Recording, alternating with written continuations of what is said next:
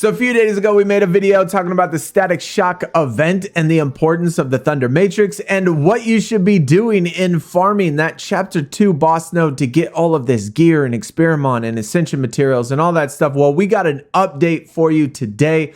Most importantly, though, I am going to give you a 100% free-to-play team, a team that every single person should probably have every single Esper for and be able to farm this Chapter 4 Tyrant 10-0 every single time. It is so easy, and even better, I don't even have all the Espers at level 60.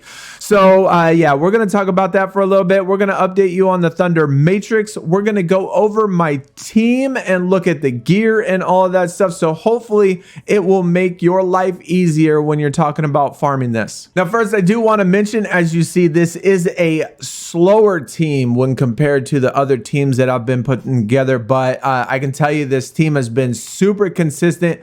I have tried it on these farming 10 battles 4 times, and out of 40 total battles, I went 39-1. So definitely found the absolute perfect team. It just takes a tad bit longer. First, let's talk about the Thunder Matrix. And as you can tell, I've put in some work. Now, obviously, this is going to have a pretty huge impact on how successful your team is, because these do provide a lot of absolutely amazing buffs to your team.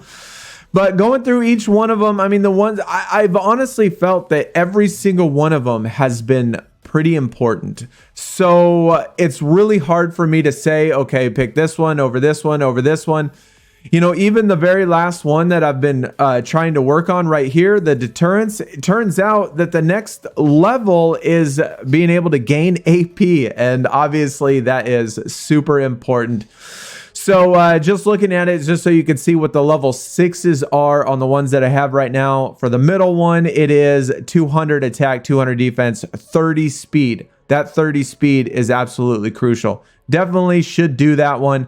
The time matrix, when allies use a basic, they have a 20% chance of reducing their cooldowns by 1. When they cast an AoE, 20% of removing all cooldowns.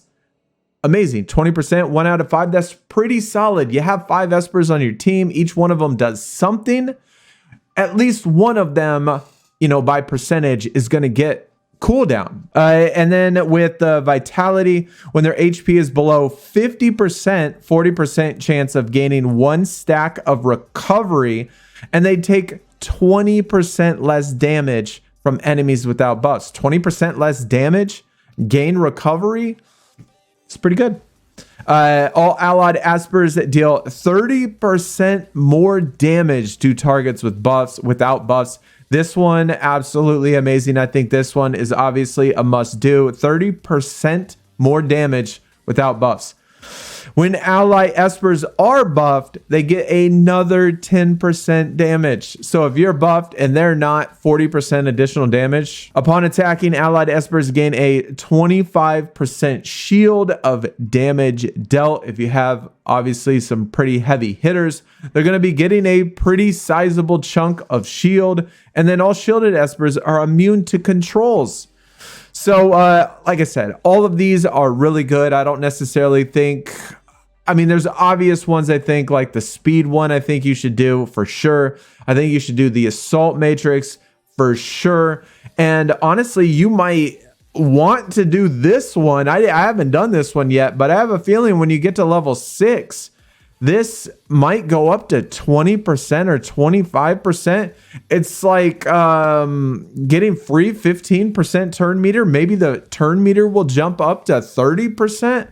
I think that one's going to be really good too, but all the rest of them still work on. Now let's look at the team, and like I said, this is a 100% free-to-play team. This is a team in which you should have every single one of these, because not one single one of these Espers requires you to be lucky when opening up records or anything like that. So first off, we're going to take a look at the relics, the stats and stuff like that. I am by no means have the perfect relics, not even close. And I don't even have plus 15 relics.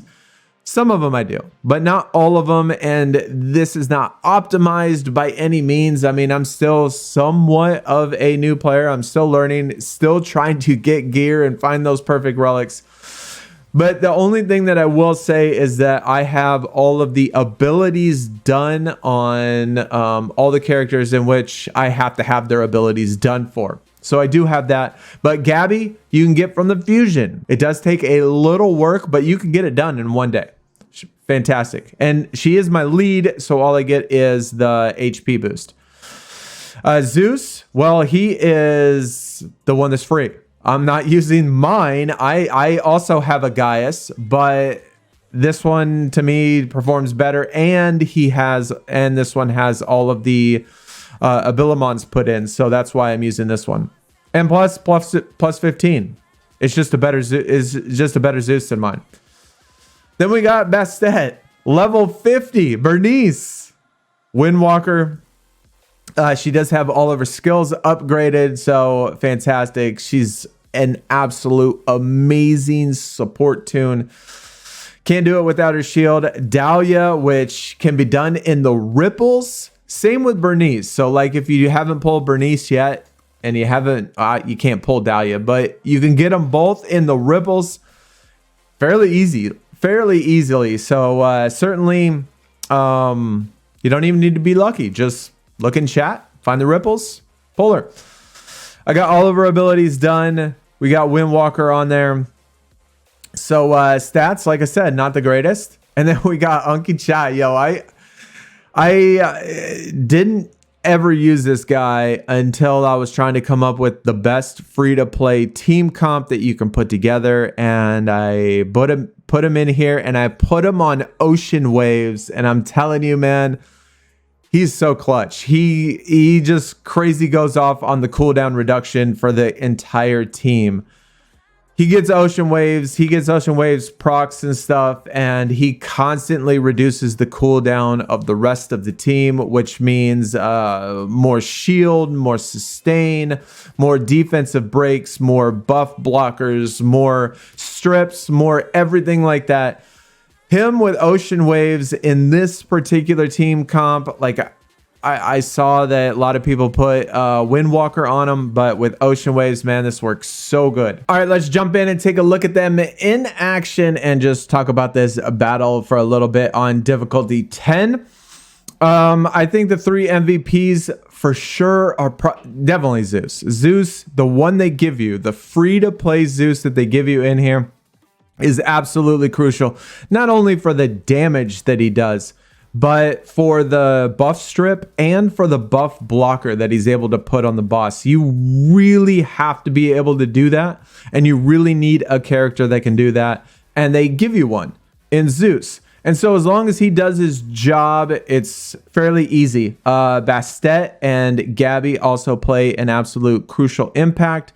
Bastet, especially with the shield.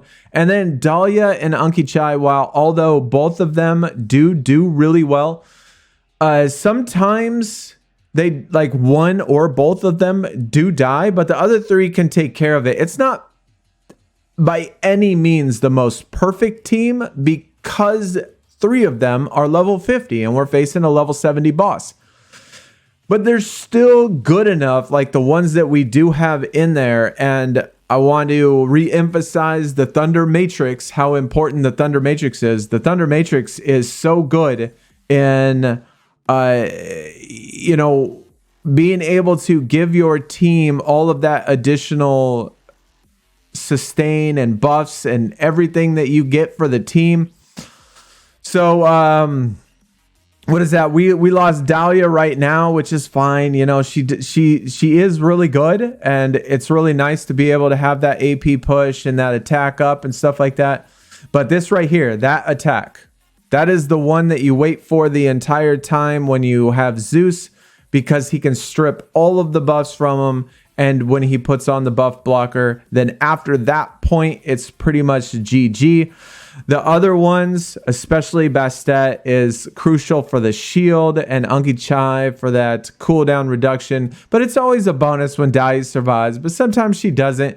Either way, we make it 39 out of 40 times we get through it. Now, just looking at the stats real quick, like I said, Gaius obviously is probably the MVP just for the fact that he can strip the buffs. You have to be able to strip those buffs from him. If you don't and he gains those 3 buffs that he has, he will demolish your team. Absolutely demolish it.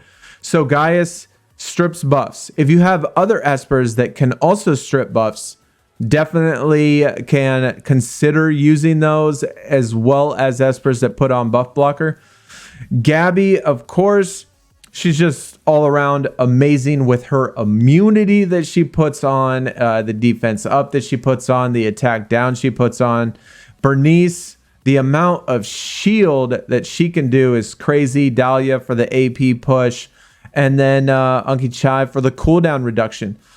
And so, like I said, not all 5 of them, or at least the 3 level 50s, not necessarily all of them survive sometimes, but we all make it and we get it done, and that's what's most important, is that you win. Anyways, so that is going to do it for the video. Like I said, y'all need to be farming this. Y'all need to be getting that gear, getting all of the materials that is available for this farm, and this is a pretty easy and readily available team that I think anybody can put together. So start working on your Thunder Matrix. Get those levels up over there, put together this team, throw some gear on it, and start farming this difficulty 10, because obviously, you know, I just showed you don't need level 60 espers for every single one of them, and you don't need to have the perfect team comp, and you don't need to have a pay to win team in order to get this done. This is very easily a free to play team, and very easily one that every single person could do. So either way though, I will see y'all next time. Y'all take it easy. We're out. Peace.